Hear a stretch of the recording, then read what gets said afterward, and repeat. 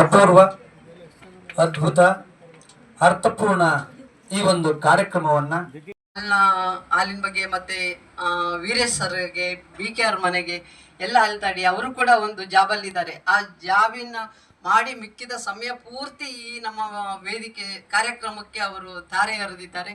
ಅವ್ರ ಜೊತೆ ಬಸವರಾಜ ಹರ್ತಿ ಅವರು, ವೀರೇಶ್ ಅವರು, ವಿನಾಯಕ್ ಅವರು ಮತ್ತು ಸತೀಶ್ ಅವರು, ಹೀಗೆ ಅನೇಕ ನಮ್ಮ ವೇದಿಕೆಯ ಅವರು ಸದಸ್ಯರು ಅವರಿಗೆ ಕೈ ಜೋಡಿಸ್ತಾ ತುಂಬ ಶ್ರಮ ಪಟ್ಟಿದ್ದಾರೆ. ಇಲ್ಲಾಂದರೆ ನಾನು ಉಡುಪಿಯಲ್ಲಿ ಇದ್ಕೊಂಡು ಇಂಥ ಕಾರ್ಯಕ್ರಮ ಮಾಡೋಕ್ಕೆ ಸಾಧ್ಯನೇ ಇರಲಿಲ್ಲ. ಮೊದಲು ನಾನು ಒಂದು ವಾರ ಮೊದಲು ಬಂದು ನಾನೆಲ್ಲ ಏರ್ಪಾಡು ಮಾಡ್ತಾ ಇದ್ದೆ. ಈಗ 2 ಕಾರ್ಯಕ್ರಮಗಳು ಪೂರ್ತಿ ಜವಾಬ್ದಾರಿ ಶಾರದಾ ಅವರು ಹೊತ್ಕೊಂಡಿರೋದ್ರಿಂದ ಒಬ್ಬ ಮಹಿಳೆಯಾಗಿ ನನಗೆ ಭಾರಿ ಖುಷಿ ಆಗ್ತಾ ಇದೆ. ಹಾಗಾಗಿ ಇವತ್ತಿನ ಮಣಿಕಾಂತ್ ಅವರು ಈ ವೇದಿಕೆಯಲ್ಲಿರೋದಕ್ಕೆ ಶಾರದಾ ಮೇಡಮ್ ಅವರೇ ಕಾರಣ. ಹಾಗೆ ಶನಿವಾರ ನಾವು ಕಾರ್ಯಕ್ರಮ ಹಮ್ಮಿಕೊಂಡಿದ್ದು ಯಾಕೆಂದರೆ ಮಣಿಕಾಂತ್ ಸರ್ ಅವರು ಬರೀ ಉಪನ್ಯಾಸಕ್ಕಿಂತ ಒಂದು ವಿದ್ಯಾರ್ಥಿಗಳ ಜೊತೆ ನಾನು ಸಂವಾದ ನಡೆಸಬೇಕು.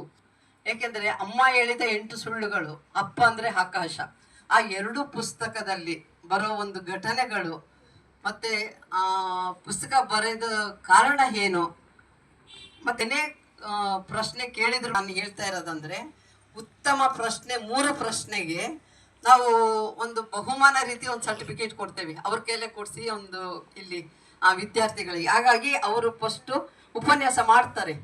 ನೀವು ಕೆಲವೊಂದು ಪುಸ್ತಕ ಓದಿರ್ಬೋದು, ಓದಲೇ ಇರ್ಬೋದು, ಗಮನ ಕೊಟ್ಟು ಅವರ ಉಪನ್ಯಾಸ ಕೇಳಿ ನಿಮಗೆ ಏನು ಅನಿಸುತ್ತೋ ಅವರ ಉಪನ್ಯಾಸ ಬಿಟ್ಟು ನಿಮಗೆ ಸಾಹಿತ್ಯದಲ್ಲಾಗಲಿ ಅಥವಾ ನಿಮ್ಮ ಜೀವನದ ಬಗ್ಗೆ ಆಗಲಿ ಏನೇ ಪ್ರಶ್ನೆ ಕೇಳಬೇಕಾದ್ರೂ ನಾವು ನಿಮಗೆ ಎಲ್ಲ ಒಂದು ಹಾಳೆ ಕೊಡ್ತೀವಿ.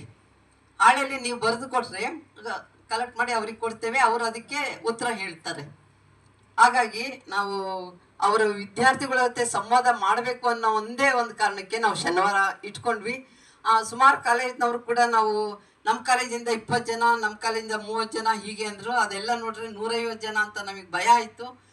ಇಷ್ಟು ಜನ ಬಂದರೆ ನಾವು ಹೇಗಪ್ಪ ಅಂದ್ವಿ. ಇವತ್ತು ಫೋನ್ ಮಾಡಿದರೆ ಮೇಡಮ್ ನಮ್ಮ ಆ ಕಾರಣ ಇದೆ, ಈ ಕಾರಣ ಇದೆ, ಬರಲ್ಲ ಅಂತಿದ್ದಾರೆ, ಇನ್ನೊಮ್ಮೆ ಬರ್ತಾರೆ, ನೀವು ಭಾನುವಾರ ಇಟ್ಟರೆ ಬರ್ತಿದ್ವಿ. ಭಾನುವಾರ ಇಟ್ಟಿದ್ದಿದ್ರೆ ನಮ್ಮ ಸದಸ್ಯರೇ ಬೇಕಷ್ಟು ಜನ ಬರ್ತಾ ಇದ್ರು.